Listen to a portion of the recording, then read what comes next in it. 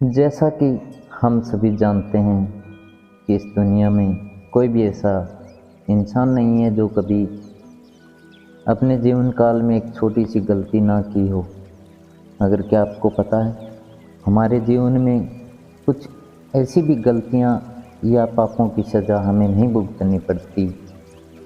हमारे जीवन काल में कुछ ऐसे पल आते हैं जिस समय में यदि कोई गलती या पाप करते हैं जाने अनजाने में, तो हमें उनकी सज़ा नहीं मिलती। तो चलिए जानते हैं हमारे जीवन में ऐसा कौन सा समय आता है जो उस समय किए हुए पाप या गलतियों की सज़ा हमें नहीं भुगतनी पड़ती। पौराणिक कथाओं के अनुसार एक समय में पृथ्वी पर एक मांडव नाम के ऋषि हुए। वे बहुत बड़े तपस्वी और धर्मात्मा थे। एक दिन उनके आश्रम की ओर कुछ लोग भागते हुए उनकी ओर आ रहे थे और वे लोग ऋषि से शरण मांगने लगे। वे लोग चोर थे जो किसी राज्य में चोरी करके भाग रहे थे और उनके पीछे राज्य के सैनिक उनका पीछा कर रहे थे। वैसे भी चोर महर्षि मांडव के आश्रम में छुपने के लिए उनसे विनती करने लगे। महर्षि को मालूम नहीं था ये लोग चोरी करके आ रहे हैं और ये सभी चोर हैं। महर्षि ने उनकी विनती सुनकर उन्हें छुपने के लिए आश्रम दे दिया। उसके बाद उस राज्य के सैनिक भी उस ऋषि के आश्रम तक आ पहुँचे और महर्षि के आश्रम को तलाशने लगे। लेकिन सभी चोर अपना लूटा हुआ धन उसी आश्रम में छुपाकर भाग चुके थे और जब सैनिकों को वह लूटा हुआ धन ऋषि के आश्रम से मिला तो उस ऋषि को चोर का साथी मानकर राजा के दरबार में ले गए।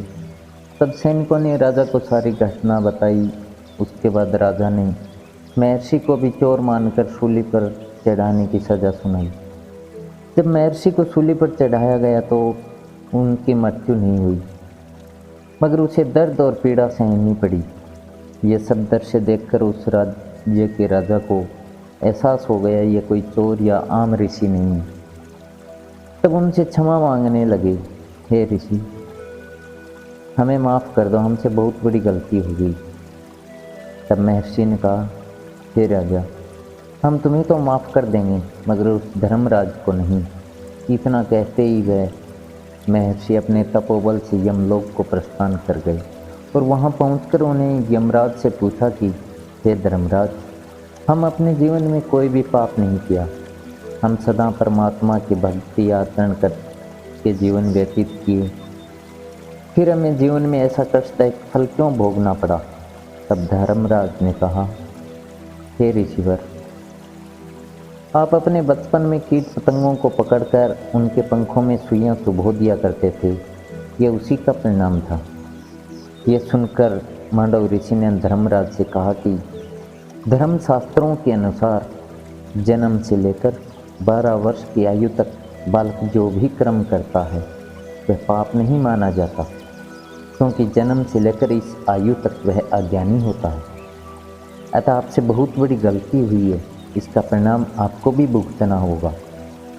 तब महर्षि मांडव ने धर्मराज को श्राप देते हुए कहा, तुम भी पृथ्वीलोक पर जाकर मानव रूप में जाने अनजाने में गलतियां करोगे और जब तुम विद्वान होगे तुम्हारी नीति कोई नहीं मानेगा। इसी श्राप के कारण धर्मराज द्वापर युग में विदुर के रूप में जन्म लिया। तो दोस्तों, यही वजह है कि भगवान भी बाल्यपन में जाने अनजाने में की हुई गलतियों को माफ़ कर देते हैं। तो दोस्तों, इस कथा से अब हमें तो समझ में आ गया कि जन्म से लेकर 12 वर्ष की आयु तक इंसान को किए हुए कर्मों का फल नहीं भोगना पड़ता, क्योंकि वह अबोध होने के कारण उसके सारे कर्म माफ़ हो जाते हैं और फिर जब धीरे धीरे उसके अंदर ज्ञान का प्रभाव होने लगता है तो फिर वह धर्म अधर्म कर्मों से परिचित होने लगता है।